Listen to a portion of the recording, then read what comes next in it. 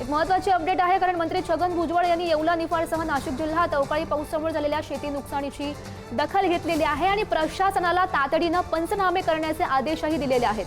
गहू, द्राक्ष, कांदा आणि मका पिकांचं मोठ्या प्रमाणात नुकसान झालं असून शेतकऱ्यांना लवकरात लवकर शासनाची मदत मिळावी यासाठी येवल्यात अधिकाऱ्यांनी थेट शेतकऱ्यांच्या बांधावर जाऊन नुकसानीची पाहणी केलेली आहे।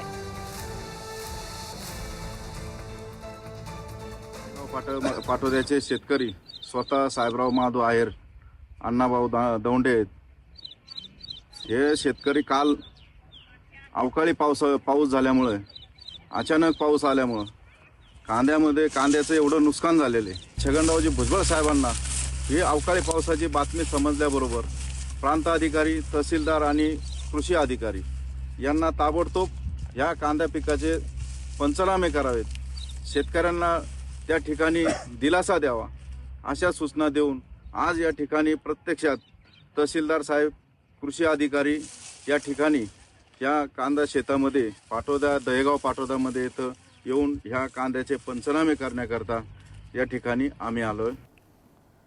अमरावती जिल्ह्यामध्ये सलग तिसऱ्या दिवशी अवकाळी पावसाची जोरदार हजेरी बघायला मिळाली। अचानक आलेल्या पावसामुळे शहरातील वाहन चालकांची चांगलीच तारांबळ उडाली। काही ठिकाणी रस्त्यांवर सुद्धा पाणी साचलं होतं, त्यामुळे वाहतूक मंदावलेली होती आणि अवकाळी पावसामुळे संत्रा, पपई, तीळ आणि कांदा पिकांना नुकसान होण्याची सुद्धा शक्यता वर्तवली जाते आणि हवामान खात्याने पुढचे 2 दिवस सुद्धा पावसाची शक्यता वर्तवलेली आहे।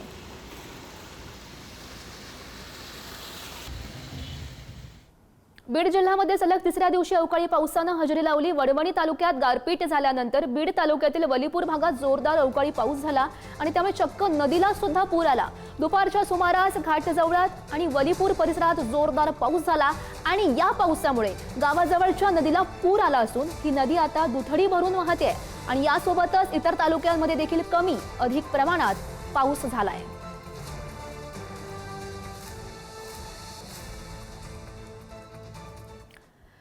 बीडमध्ये सुद्धा पाऊस आलाय, नागरिकांची तारांबळ उडालेली आहे। पिंपळनेरमध्ये वाऱ्यासह जोरदार पाऊस हा बीडमध्ये सुरू आहे।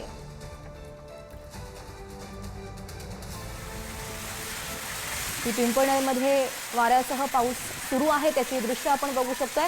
बीडमध्ये अचानक पाऊस आला, त्यामुळे नागरिकांची चांगलीच तारांबळ उडाली।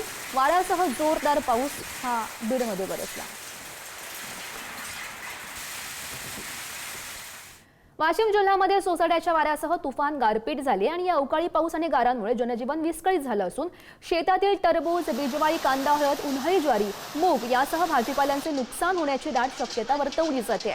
हवामान खात्याने आज आणि उद्या वाशिम जिल्ह्यात येलो अलर्ट जारी केलेला आहे। नागरिकांना सतर्क राहण्याचे आवाहन सुद्धा करण्यात आले आहे।